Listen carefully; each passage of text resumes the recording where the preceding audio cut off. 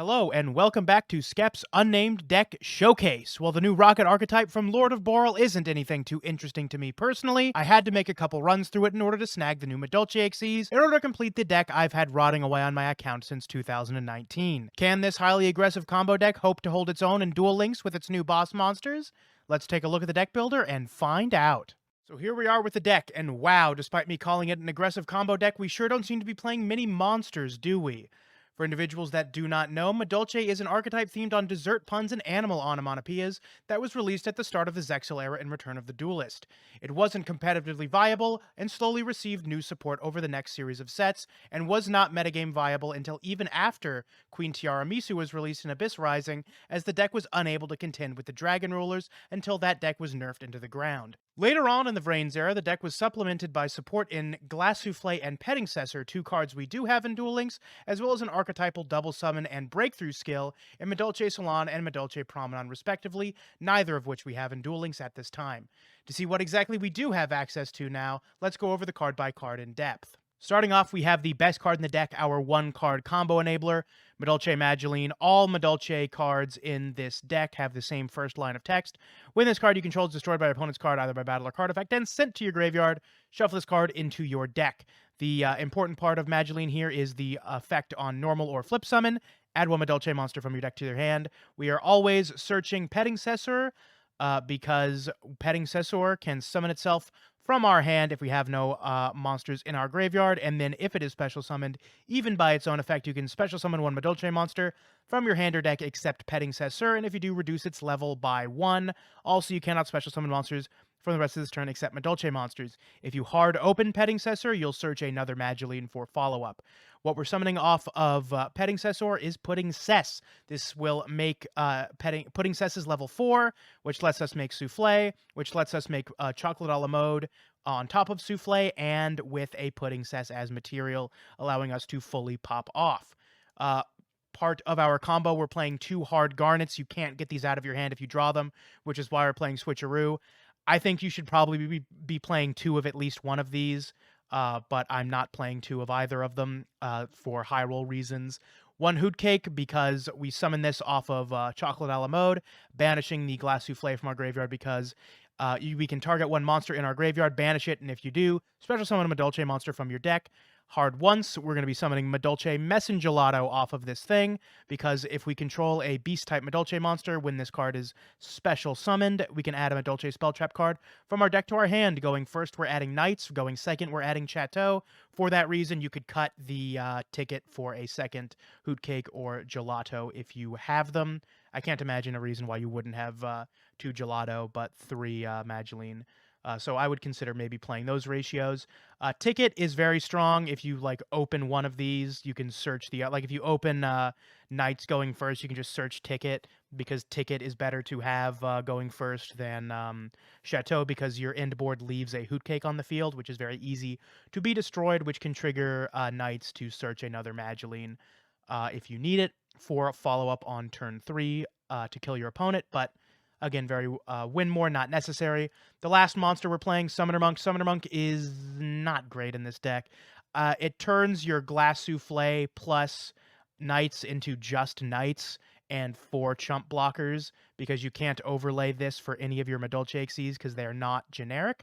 But it is also kind of full combo. Smunk Pitch Spell gets you Petting Cessor, gets you Pudding Cess, which gets you to the rest of the combo, sans a second copy of Teacher. To trigger Summoner Monk, we're playing basically the best generic spells and traps we can, or spells rather. 3 MST to trigger our skill Switcheroo, 2 MST because we really lose to back row, 2 Book of Moon because we also really lose to quick effect monsters. And for another thing you could play over Ticket would be a copy of Forbidden Chalice, because not only does this deck lose to quick effect spell and traps going second, it also loses to quick effect monsters going second. So another way to stop those would be greatly appreciated for this deck in particular. That's the main deck. I think it's okay. You could also go up on Summoner Monk. This is like a flex spot. Play a 3rd Smunk, play a 2nd Madolche Garnet, or play another copy of monster effect negation. Another thing you could do is go down to 1 MST, so you're playing 4 total copies of Spell and Trap Destruction, go up to 1 Lance, or 1 Chalice, rather. So you're playing 4 total Monster Disruptions and 4 total back row disruptions in your spell slots, which you can discard for Monk, and then that'll also let you play a 3rd Monk as well. Let's take a look at our extra deck really quick. I'm not super sold on these ratios, but these are what I decided to play. 1 copy of Link Disciple because we do lose to the Ibly lock. 1 copy of Phoenix because if we get Link Disciple on the field, we can make a Nightmare Phoenix and maybe play through some more back row.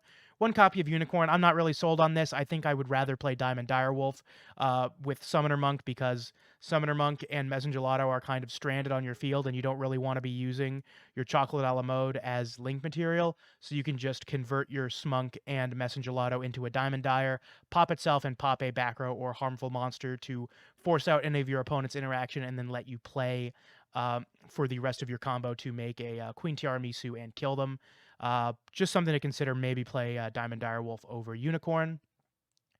We got 2 Glass Souffle, absolutely mandatory to play 2 because you make 1 to use as material for your Chocolate a la Mode and 1 to end on going first, so you will make 2 copies of this card going first. I think you could also maybe play 2 Chocolate a la Mode because I feel like 2 a la Mode would come up more than 2 Queen Tiramisu, but I'm playing 2 Tiramisu instead because this card is not a once per turn. Very rare that you would be able to trigger it twice because you very rarely end up with monsters in your graveyard unless you specifically are planning on using Queen Tiramisu, in which case after the first one resolves, you'll have 0 monsters in your graveyard, so you wouldn't be able to activate a second one anyway. So I would probably play 2 Chocolate a la Mode over the second Queen. But that is the extra deck ratios that I chose to showcase for this video. With that being said, let's take a look at some replays. Game number 1 here, going to be against a Yusaku playmaker on, I'm assuming, Code Talkers. You're going to see why I'm not exactly sure, because we're going to blow them the hell out with our turn 1 combo, quote unquote.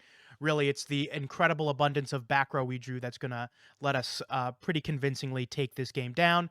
We're going to Mageline, search Petting-Cessor, bring out the Pudding Cess. That is going to let us overlay for Glass Souffle. This is why we're playing 2, because we can use Glass Souffle for free, putting a Madolche engrave. We will not activate the effect to put it back, because we're going to overlay Pudding Cess Chocolate a la Mode on top of it, activate that effect, shuffle back the Petting-Cessor to pull a Hoot Cake out of the graveyard. Hoot Cake, banish the first glass, grab a Messengelado, search the ticket. We would be searching Knights if we didn't hard draw it, and then we're going to make the second Glass Souffle, set 2 and pass. This is our turn 1 play.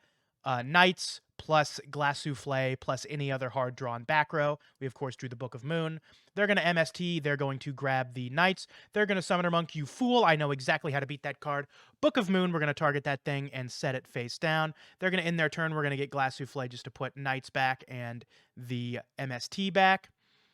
We are going to activate at the start of our turn Chocolate a la Mode to put Messengelado back, to summon Messengelado, which will let us grab the Knights we shuffled back. We're going to activate Ticket, activate Chateau, shuffle a card back with the field spell, and they'll concede. Next game here, going to be up against the Gore. We're going to be going second here, and this hand is going to showcase what exactly Summoner Monk can do. They're going to activate Life Point Boost Alpha. We're going to draw Summoner Monk and a whole lot of spells. They're going to discard an Infernoid to summon the level 4. Set a card and pass. We're going to rip Windmill Slam that MST, popping the Feast. We're going to activate Book of Moon, putting that shit face down. We're going to Summoner Monk. Summoner Monk is going to pitch Book of Moon, summon the Petting-Cessor. Petting-Cessor is going to grab Chocolate Olive or Pudding Cess. Pudding Cess is going to be level 4. We're going to make Glass Souffle. Glass Souffle is going to detach to make itself immune. Going to overlay Chocolate a la Mode on top of that teacher. We're going to shuffle back the Petting-Cessor. Going to activate Pudding Cess to summon Hoot Cake, banish Hoot Cake to grab the Messengelado. Messengelado is going to grab the field spell because we're going to make a lethal push.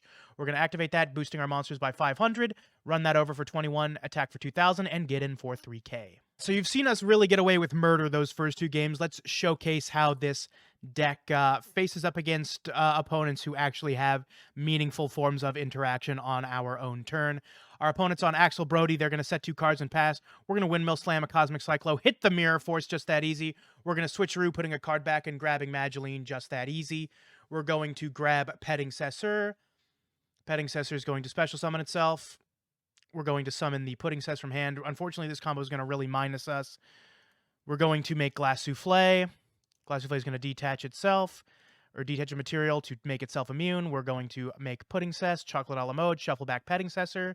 Petting Cessor is going to detach material to summon Petting Cessure, because we can't summon Madolche Messengelato from hand. There's no reason to get Hoot Cake. We're going to make Tiramisu. We're going to put Petting Cessor and the teacher back to shuffle their face down card in, and we're going to try to get into for lethal here because we're going to summon a Hoot Cake and we're going to attack directly. They're going to discard Flemmel to summon the fucking dragon.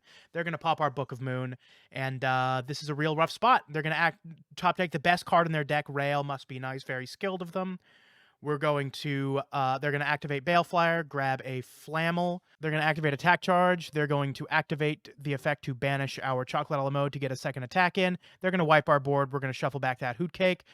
They're going to activate Flammel to put the Starry Night, Starry Dragon back in hand. They're going to telegraph a few things there. We're going to activate Chocolate a la mode, just shuffle some cards back. We're going to summon Messengelato, try to get in for battle. They're going to discard that Flammel to summon the dragon, pop our card, and they're just so ahead. We're all the way out of this game. They're going to Starry Night, Starry Dragon, and kill us. Next game here is going to be a bit of a battle of the Boral Box Blasters. Our opponent is a Varus on Rockets. We're going to draw Cosmic, MST, Mageline, and Knights. They're going to normal summon Tracer, pop itself, revealing they had Quick Launch in hand, and our opponent is not very good at Yu-Gi-Oh! They could have activated Quick Launch and popped the Quick Launch to get 3 Rockets on their field, made a Link 2, and then activated the Dragon's Mirror. They're going to make Furious Dragon and pass, activate Boral Launch, get that last card out of their hand, and set Boot Sector Launch. They're going to activate Boot Sector Launch for no real reason and pass to us. We're going to MST that Boot Sector Launch. We're going to normal summon Mageline, and we do lose to 1 interaction. We're going to Petting Cessor here. We should have activated Cosmic so we could put back the Messengelato, but then we could have gotten the Hoot Cake out of our deck. Very funny. Glass Souffle going to target itself. We're going to make we're going to put some dead cards back in their deck, hopefully. We're going to make Chocolate a la mode. They're going to destroy it, and we can't do anything. They're going to activate Silver Rocket Dragon and pull out Tracer. We have 1 Cosmic Cyclone, which is not going to do anything. Knights is, of course, dead. They're going to top deck Quick Launch, Never Punished. They're going to pop what they summon off Quick Launch. Mageline's going to activate. They're going to attack with Tracer, activate Tracer's effect, popping itself, summoning Silver Rocket Dragon, and killing us. Final match of the video here, going to be up against metagame Darling Goki. Our opponent's not really playing an optimal build of the deck because, of course, they're on Go Onizuka rather than Playmaker, and they're playing a lot more back row than you should be playing. They're going to normal Rising Scorpio, set 2 and pass. We're going to MST that Lance. Normal summon Mageline. We are going to search the other Mageline because we have Petting Cess in hand. Going to special summon that Petting Cess to grab the Princess. Going to make the Glass Souffle. Glass Souffle is going to activate. Going to shuffle back that Lance just so hopefully they can draw dead. Going to make Chocolate a la mode. Chocolate a la mode is going to target the Petting Cess. We're going to detach Teacher to summon the other Petting Cess. Going to make Queen Tiramisu so we can shuffle back 2 cards. That's going to trigger our Chocolate a la mode to summon Hoot Cake. Hoot Cake's going to banish the Petting Cessor Pudding Cess to summon the Messengelato. We don't care that Pudding Cess is banished because we only play 1 Chocolate a la mode. So that will get us Knights if for some reason they have something that'll prevent us from getting lethal, which they do not. So we're back with the deck, and honestly, the deck feels like it's missing a lot. Summoner Monk really feels bad to draw going first. We only have effectively 3 copies of our starter and 1 copy of our Playmaker. And this deck doesn't really have any extension because it's missing its double summon. None of our Madolches get themselves out of our hand, which is why we lose to 1 effect interruption, as you saw in that Rocket game. If they stop your Madolche Pudding Cess Chocolate a la mode from going off, you can't do anything and lose the game, which is very unfortunate. As a result, you have to load out on back row removal, or in the case of monsters like Furious, monster disruption as well, which is why I was suggesting Forbidden Chalice to stop quick effects from going off. But even then, your turn 1 play isn't very amazing. Glass Souffle does hit a lot of meta decks, namely Salamangreat and Goki. The problem is it's a spell speed 1 effect insofar as it will activate on a new chain. You can't activate Teacher in response to something like a rematch and shuffle back its targets, which is very unfortunate because Goki can very easily put multiple Goki names in their graveyard before activating rematch, and you can shuffle back 2 of them, then they very realistically could have 2 more names to revive and continue comboing off. Although if your Goki opponent is just going to normal summon a monster set to impasse, you're probably in fine enough shape. Additionally, I do think you should be playing Link Disciple, but these 2 Link monsters weren't super amazing. You could just go 2, 2, and 2 on all the Madolche XCs, and then play a Diamond Direwolf for the situations I mentioned before. If you want to be playing a Nightmare, I recommend Phoenix to help you play through back row, and then this last card to be Diamond Direwolf. All in all, I really hope this deck gets Salon and maybe 1 Promenade. That's the card that should be limited, the effect negation. Put this card to 3, give us 1 Promenade, and then print Salon. That's what this card needs. It needs extenders. It can't do anything if it folds to 1 interaction, but also really wants to go second so it can OTK. So that's why this deck's in a bit of a rough spot. And given that basically any deck in Duel Links can OTK from 4,000 life points because monster attack values are just so high, I can't really in good conscience suggest you play a deck that isn't the best at killing in 1 turn, unless you specifically want to play this deck because of its cute art and theme, and really who could blame you for wanting to do that. So that's that. Sorry for the little bit of a downer ending, but if there's anything we can take away from this, it's that this deck can get new support and still be very good in Duel Links. As it stands, you probably could definitely get to King of Games with it, so don't feel too bad about this less than stellar review from me at the end of this video.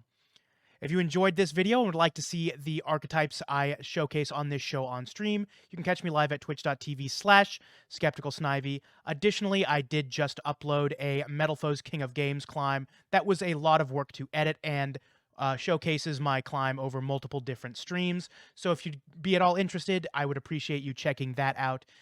It will be in the description below. If you'd like to see me make another climb video, please do check that one out because they're a lot of work and I really only think I'm going to commit to making more if they do well in the eyes of the algorithm. Thank you so much for watching, and I will see you in the next video. I do have a few more showcase ideas I want to show off.